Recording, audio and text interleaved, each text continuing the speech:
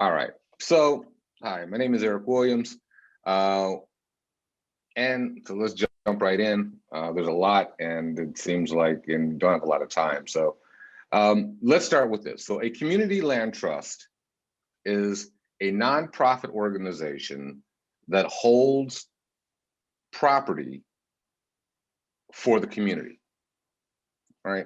So the community typically runs it, and they are the ones that decide how the land is used. Now, there are a lot of sort of technicalities with how they're set up, and they can be used for a number of different reasons for, sort of conservation, whether you're talking about land or animals, preserve green spaces. They grew out of the rural civil rights movement, and it basically was a way for Black farmers to band together at a time when it was very difficult for them to acquire land, to find people to sell their produce to. So that's where its roots are, right? It's a very rural based approach, but it's been adopted in urban areas, not exclusively, but primarily in urban areas for the purpose of creating and preserving affordable housing. So just quickly, the way it works is this. The nonprofit holds the land, right? The land is separate from the improvements, the buildings or whatever, that are on top of the land, right? So title is held by two different people. So this has a couple of practical effects.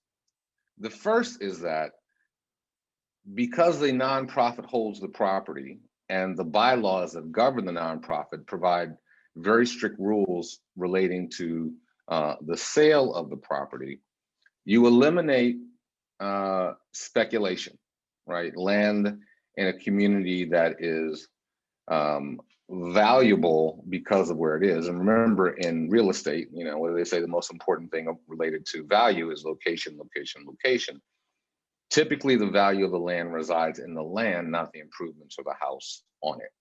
So the most valuable portion of a lot is held by a nonprofit, which isn't going to sell it and certainly isn't going to sell it simply for a developer, okay? So what you've done is you've stripped away basically the possibility of speculation on the land. And in Detroit, that actually drives a lot of what we're seeing. The second thing that it does is, because the nonprofit is a nonprofit, the value of the land that resides, the value of the lot that resides in the land isn't taxed, right? Which makes it a little easier for the nonprofit, reduces the tax burden for the person who lives in that home. Now, I have to also mention this. Usually there's a lease between the homeowner and the nonprofit, the trust itself. That lease is, it varies, but typically it's 99 years, renewable once. If you can find a way to renew a 99-year lease more than once, please let me know. You are clearly living right. So it's less expensive for the person to get into the home, both because of taxes and because, as I said, the value is typically in the land, not the improvement. So we're talking a smaller mortgage. It creates ability for them to, begin saving on a more limited income. And during, for example, the foreclosure crisis, 2009 and onward, basically, we're talking about community land trusts. People who owned homes on community land trusts, there were essentially no foreclosures during that period, in part because the nonprofit is more than just a landholder. Because it involves the people who live in the community, they can work with the person with everything from, changing payment dates to assisting with financial literacy. They can provide a lot of additional support, right? So that's generally speaking how a community land trust is set up. And a very important part, as you probably covered in the reading, was the notion of community being involved, right? So is everyone sort of more or less clear on how community land trust operates and what it is? If you're clear, if you're pretty clear on the concepts, like raise your hand so I can see. So one, okay, all right, and then those, okay. Thank you for raising your hand via chat. So that's pretty much how a land trust works, right? To give you context to this, the next thing you need to think about is what is affordable housing? So, so what is considered affordable housing? We're going to use HUD's definition, right? So the federal government has a way of determining what affordable housing is.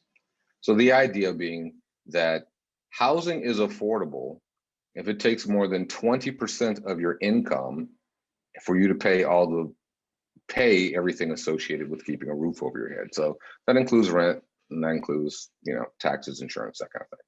Okay. So that should be no more than 20% of your income. In order to decide whether or not housing is affordable in a region, they look at either area median income or median family income to determine what the average household or individual in that area does. And so for the federal government, if you make the median, which means you make exactly in the middle, half make more, half make less than you, income in your area, right? And if you make that much or more, right, housing is clearly affordable to you if you're spending no more than 20% of your income. If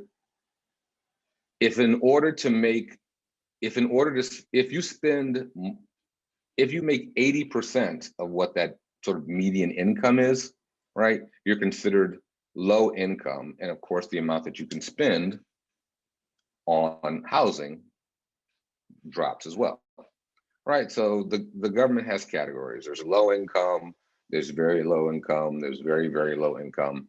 And basically what it does is drop the percentage of that median income by 10%, or 20% actually each time. So it's like 80%, 60%, then drop it like 50%, right? So if you're making 50% of the median income, in order to spend less than that 20% on your housing has to be about half of what the median income is. So this is where we run into a problem. So clearly what that number is pretty important, because the federal government uses that money to determine eligibility for HUD vouchers, for like Section 8 vouchers, for basically, like food assistance programs, housing for senior citizens. All those things are based on the eligibility criteria is largely determined by that number. So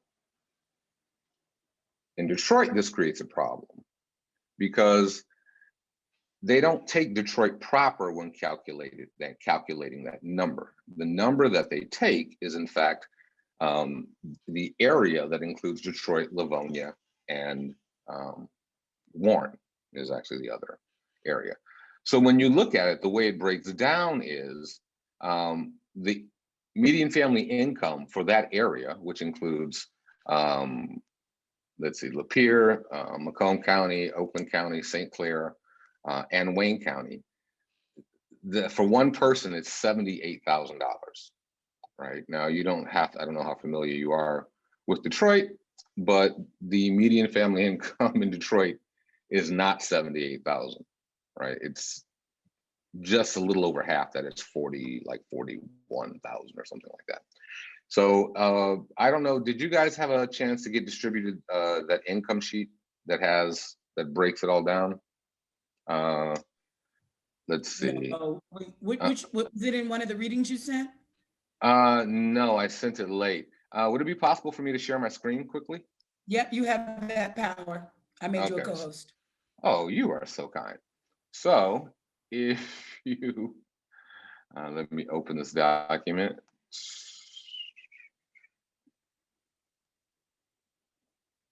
crap.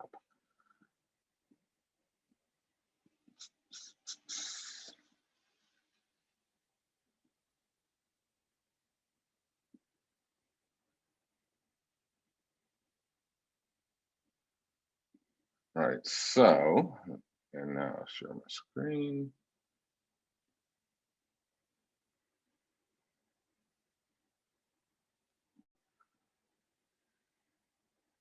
So if you'll look, what you can see is this is how the government does it. So this is the Detroit, Warren, Livonia, HUD area for family medium income. And what you're seeing is that, is everyone looking at seeing that document? Yes, okay. So what you can see, so they have, if you make 50% of that, that's very low, you know, and it goes low is considered 80%, right?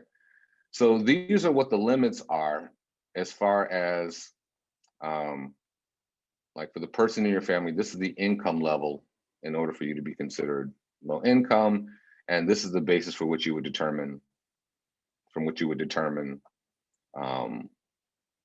what affordable housing is by calculating 20%.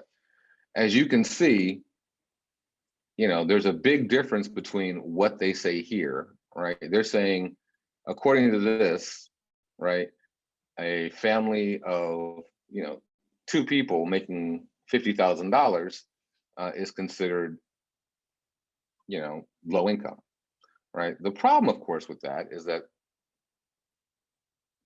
that isn't true. No, let's see, stop sharing. All right. So the problem with it is that isn't true. That's significantly more than what actual income for Detroiters is in fact, right? So this has a couple of repercussions, and this is how we're getting to community land trusts. One of the issues is that affordable housing, basically there's 2 kinds, right? There's naturally occurring affordable housing, which just occurs when, you know, the housing in a particular area or community is something that people can't afford, right? It just, that's what the market rate is. However, a lot of affordable housing is the result of philanthropic or government subsidies, right? So a lot of times it takes the form of tax credits, whether it's coming from the federal government or the state or the locality. It takes the form of grants. It takes the form of, you know, development assistance. It takes the form of less expensive loans. That's how affordable housing gets supported in the United States, right? So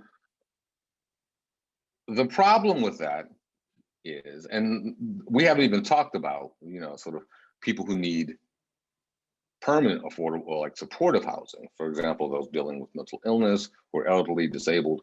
So those are completely different categories. So we're just talking about sort of, you know, folks who don't fall into that category at this point, right? So because so much of how affordable housing gets built relies on government that is relying on a statistic that really, a measure that really doesn't apply to Detroit. What you had up until, you know, last year or so, in fact, when it became such a big issue that the city of Detroit became much more conscious of addressing it, is that you would have money that was intended to support affordable housing subsidizing what were in essence market rate developments, right? So you would have tax breaks, low-income housing tax credits and the like going to apartments that cost $1,000, because based on that sheet, that would be, you know, that's 80%. That's something affordable to somebody making 80%. In reality, you have to go down to like 680 in order for it to really be affordable housing to most Detroiters. So that's a problem, okay? You have to understand there are a number of other problems that are associated with the way affordable housing is done in this country. For example, you end up with concentrations of poverty, which isn't a good thing. You end up basically in the position that Detroit is in, where you subsidize housing, an area becomes more attractive, call it gentrification, and suddenly the city is in a position of either watching those units, because, for example, low-income housing tax credits only last for a while, like 10, 15, 20 years. After they lapse, the developer is allowed to charge market rate for them. So what you end up have happening is an area has lots of affordable housing, it's subsidized, the area becomes more attractive, and then what happens is the government either has to re-subsidize those units or watch them become market rate, which results in the expulsion of the original tenants in their area, which is in and of itself problematic. So now you kind of understand what a land trust is, how affordable housing is typically done. Really quick, I want to talk about, just why this is such a big issue, for example, in Detroit. So in Detroit, housing insecurity is ridiculous, and it's been spurred by a number of things, right? So one, you have, which I'm sure you've heard a lot about, tax and mortgage foreclosures, right? This is the thing you have to remember about that.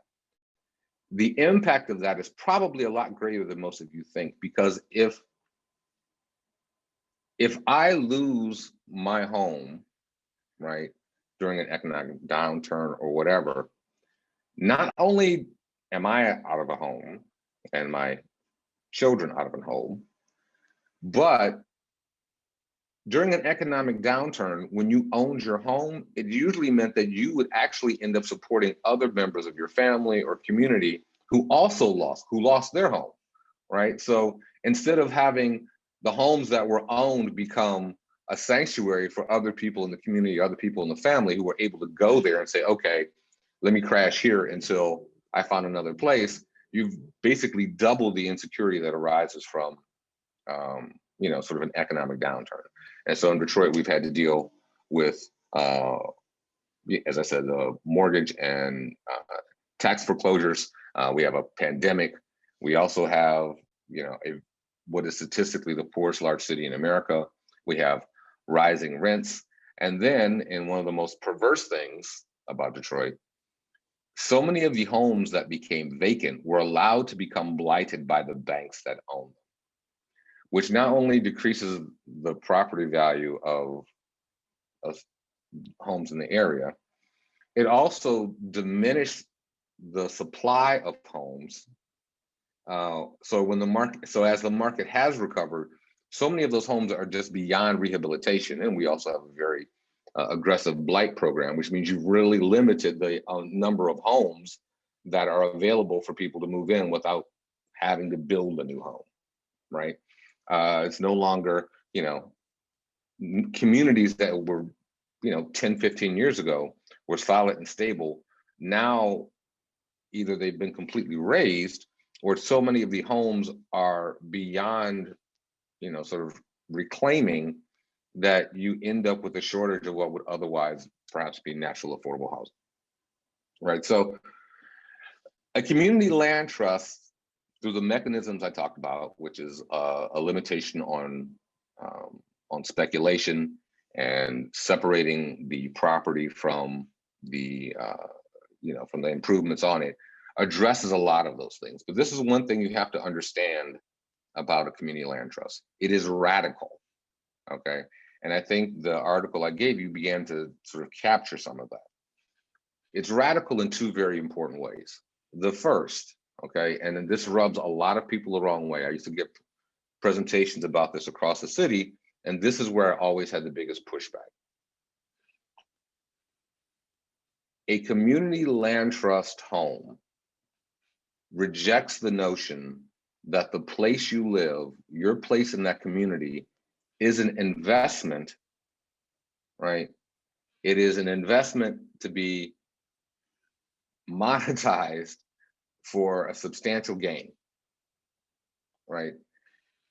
It just rejects that, because the whole idea is, if you create a stable, affordable housing, right? If you sell that home for 3 times what you paid for it, you have completely undermined the notion of community stability, right? You just, taxes will increase. I mean, you will eventually have what we generally refer to as gentrification, people leaving who've been there for forever, and it completely changes the neighborhood. And just because you made Section A, a better place in the sense that, there are more homes, the homes cost more, doesn't mean that you help the people in Section A of your city if they end up having to leave. They just have the same problems elsewhere if they can find somewhere else to live. Okay. So the notion that your home is not, that buying a home is a capitalist endeavor is incompatible with a community land trust. And in many communities, particularly communities of color, the idea has been that a home is, biggest investment you ever make, and it becomes essentially a nest egg. You may remortgage it to pay for, education or retirement or whatever, but the idea is that your home's value lies in its potential sale value, right? Community land trusts reject that. The second way in which they have always been very radical is that its fate, the fate of the land, is in the hands of the people who own it, right? Collectively. So it's probably not right to think of a community land trust as you don't own the land, but you own your home, but not the land underneath it. It is probably better to think of it as you own your home individually, and you own the land through shared ownership with your community. Okay, that is a radical notion, particularly when those people are Black in America. It is a very radical notion that the people who live on the land have control over it. Okay, and are not expected to use that land, to leverage that land for capital. Okay. That said, most community land trusts are set up in a way so that an owner will recoup a percentage upon resale, right? And usually what happens is they have to resell it to somebody who qualifies the same way they did. And they can leave it to their child, leave in their will. But if that child doesn't meet the criteria to live in that home, then they have to sell it back to the land trust. And the formula for which they do that is always set up in the initial lease, right? And in the bylaws of the nonprofit. So for example, you might say, on this, you can sell this home to a qualifying person for say, and in return you'll receive, you'll sell it for this and you'll receive, say, 20% of any appreciation or 30% of any appreciation, plus the cost of, eligible upgrades, which it might include things like a roof, but wouldn't include things like, painting the house necessarily, right? So you're able to recap something, but you're not able to double or triple or quadruple your investment just because you happen to buy your home in an area that later becomes nicer. I'll give you an example. So in west side of Detroit,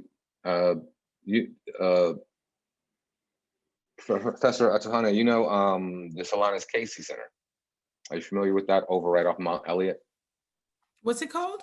Solanus Casey Center. The guy just went through he was a Capuchin monk or whatever. Yeah. And so he's gone through the first step towards sainthood.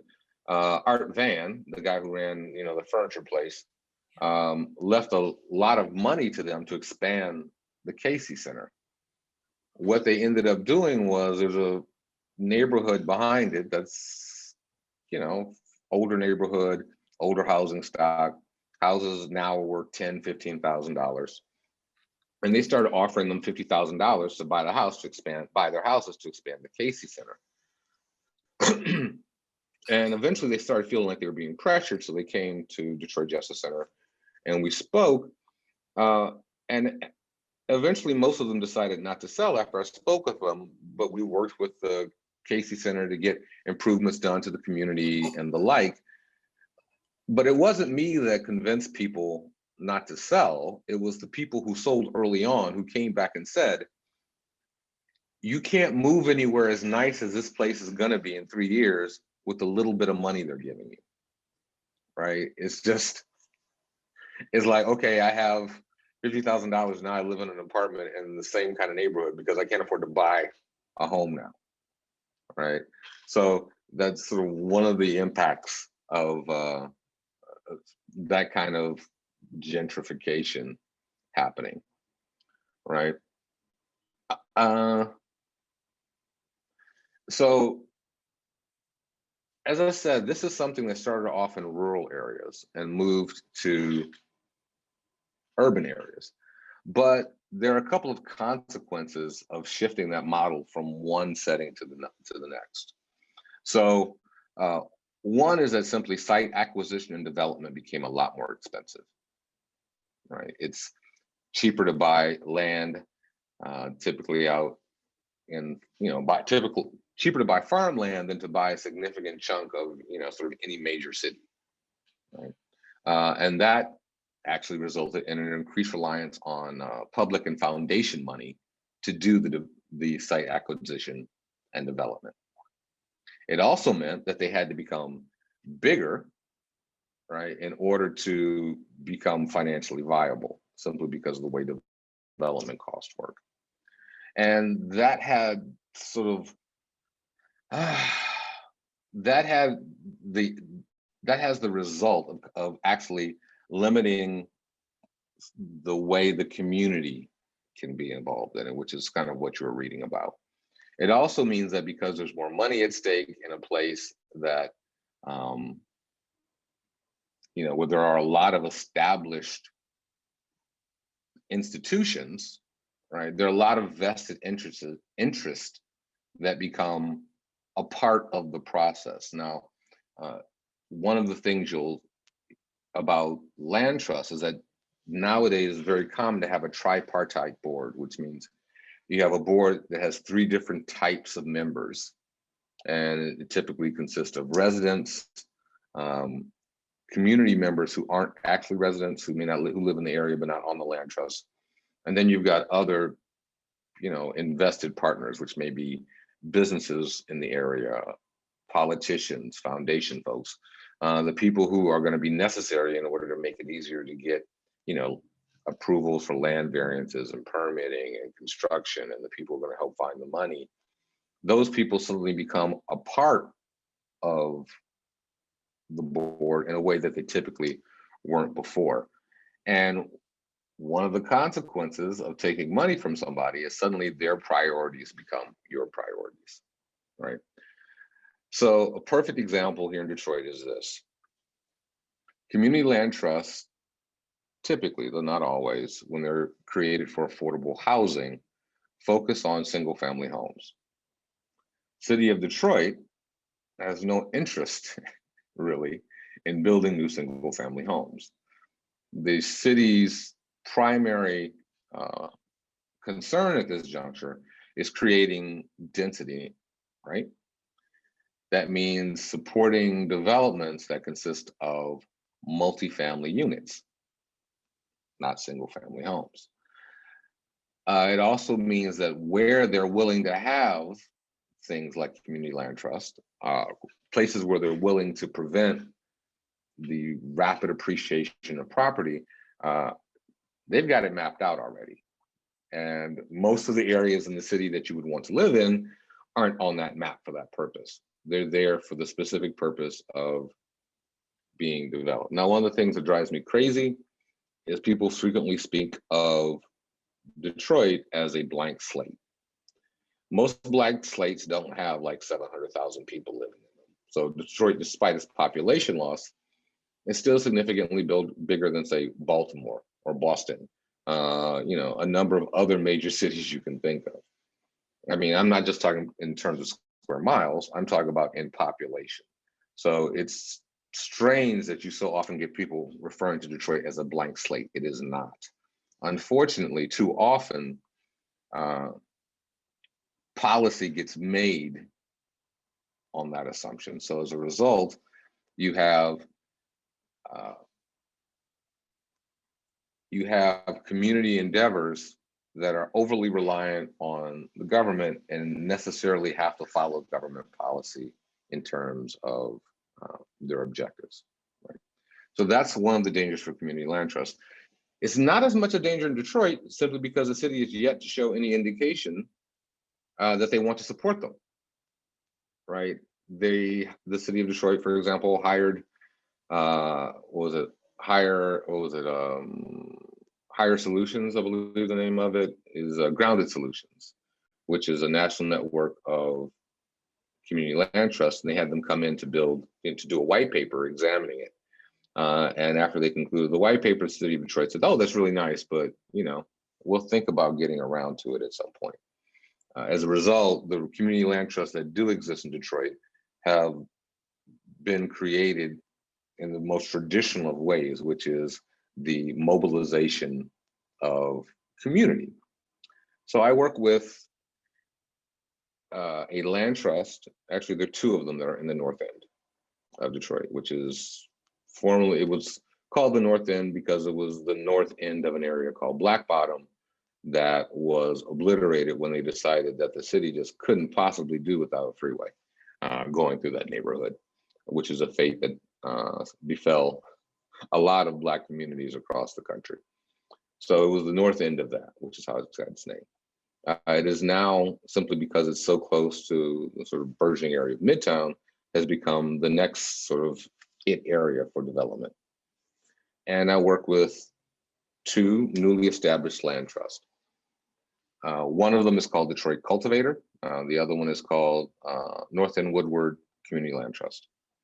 Detroit Cultivator is rooted in an urban farm, Oakland Avenue urban farm in the area. And at this point, we own close to 50 lots up in the area, some of which are being used for urban farming. You can rent a place there. They have a farmer's market. How many active community land trusts are there in Detroit? In the city of Detroit, well, if you're talking about contiguous land trusts in the city of Detroit, there are two for affordable housing. Both of them created last year by me. So there was Storehouse of Hope. There is Storehouse of Hope, which is run Reverend Ross, which is arguably a land trust, but it's not contiguous. It's 9 or 11 homes that are across the city. The only two contiguous ones are the two that I named, right? There are a number of them in the state of Michigan, but the vast majority of those are further north and are for conservation purposes, right? So in the United States, there are. How many other non-contiguous ones are there in Detroit? So there's the two contiguous ones that you made. Reverend made the other. Are there any other non-contiguous? Not that I'm aware of. So it's just three. Just three total. I thought there were way more. No, you would think, right? Simply because the cost of People's Platform, didn't they have one? So they were working with Reverend Ross. Okay. With hers, but yeah, that's the extent of it, right? So right now, so take Detroit Cultivator. So right, as I said, it was based on a urban farm. But the most significant part about that is the urban farm has been there for years, and the people who run it have been there for years. The church there are actually a number of churches that are involved as well. They've been there for years with a very established, with established congregations. There's a CDC in the area that is part of this. So we're talking about a project that involves institutions that have long-term connections to the area. The other important thing about it is that in addition to having so much community grounding, they also were very lucky in identifying people with some expertise who basically fell in love. So we have on the board, I'm on the board, Jerry Hebron, a number of residents, but our board also includes an architect, which is wonderful, who is an architect focused on creating green infrastructure, right? So as we start building out, we're looking at everything, from, how using gray water, building that infrastructure, making sure that the land is where it's used for agriculture. We're trying to, minimize the amount of pesticides, make sure that it's natural. I mean, there's just all sorts of things that flow from having people who are rooted in, sort of design, and not just a building, but of community involved in it. We're also very lucky in that we have a business professor from University of Michigan, William Lovejoy, who's a part of the board as well, who's been great as far as, helping everything from looking at, doing pro formas for the development. We have a realtor on the board, right? So who actually lives in the community as well. So being able to tap into technical expertise is absolutely vital if you're going to have a thriving land trust. As I said, it's also very important that you communicate with the community what you're doing, because otherwise what the community members see is an entity that they aren't familiar with buying up land. And you would be surprised how that makes people feel. So that's probably been the most important part of getting that one up and running and operating. The other one is completely different and located about a mile away. It's rooted in an art project called American Riyadh. And so there is an open space with an art installation in it. Google American Riyadh at some point, and you can see what the art installation looks like. Riyadh is a sort of like an Arabic term for like the central gathering spot. And the homes kind of go around the Riyadh. And the idea is that that's to serve as a gathering spot for the community, for people to interact with the land trust, even those who don't live in the homes on the land trust. And at this point, there are only 3 that are in the process of being rehabbed. So so check that link out, American Riyadh. It's actually a very cool spot. There are other affordable housing initiatives. Do you know Mark Crane? Right. So Dream of Detroit. Yeah, he's a member of the coalition. He's leading our work on our 3rd goal. Okay, alhamdulillah. So Mark is over for the at class. Mark Crane. He was the one that was supposed to present at the last class. We had an emergency, and Aaron had to come in for him last minute. So he was actually supposed to be with us here in this class, but had a family emergency.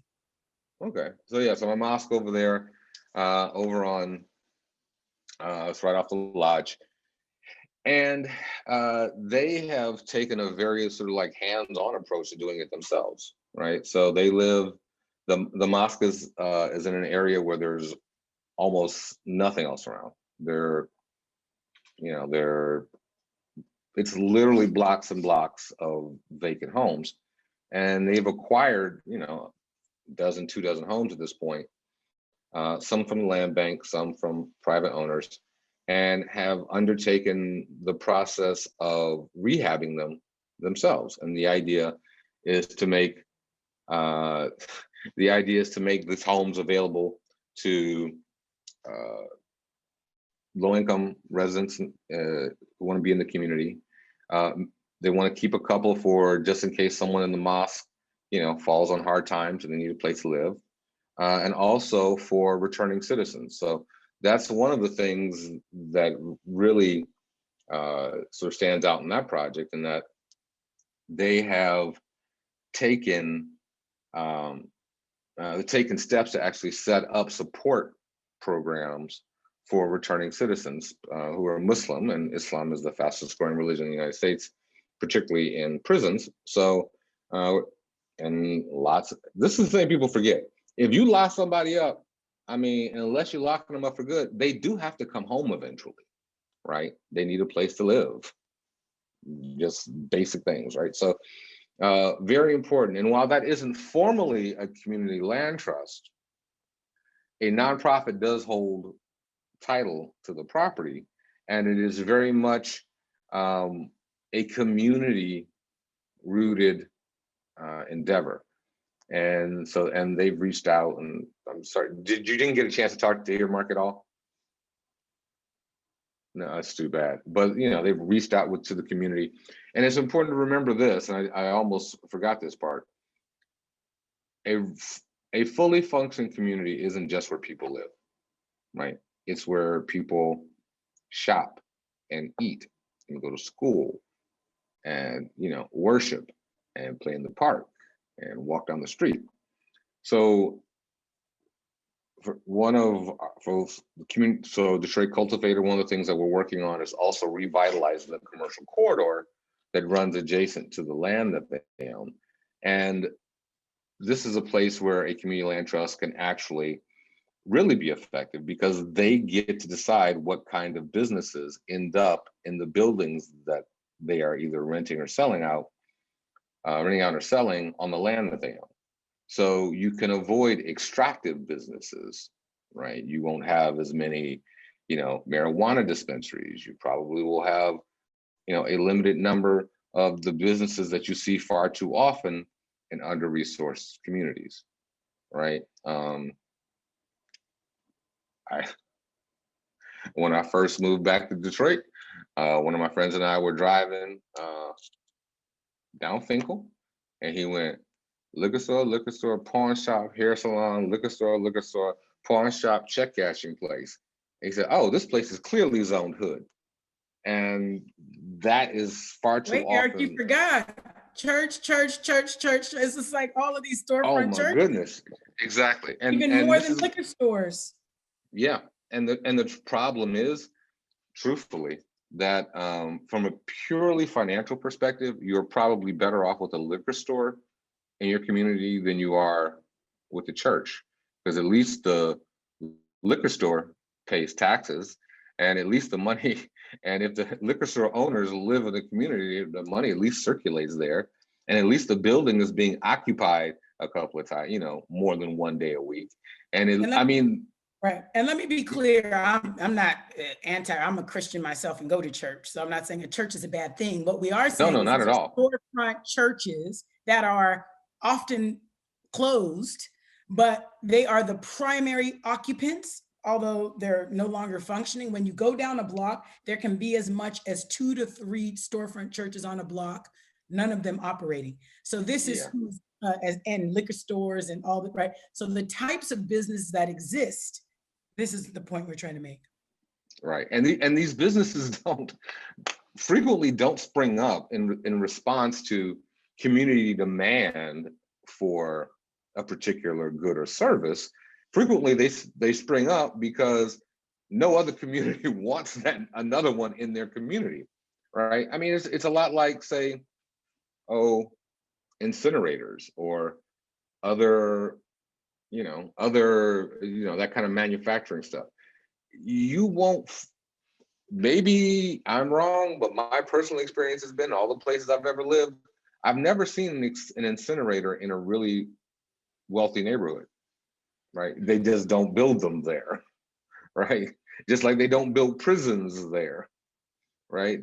The way our society operates, if you are poor, you end up with all the garbage, literally and figuratively, right, in your community. And you know, we can talk about, we won't go into the effects of all that as far as like everything like physical, mental health, all that, but that's just kind of the way it operates. A land trust addresses all that by having the community itself take control of the land.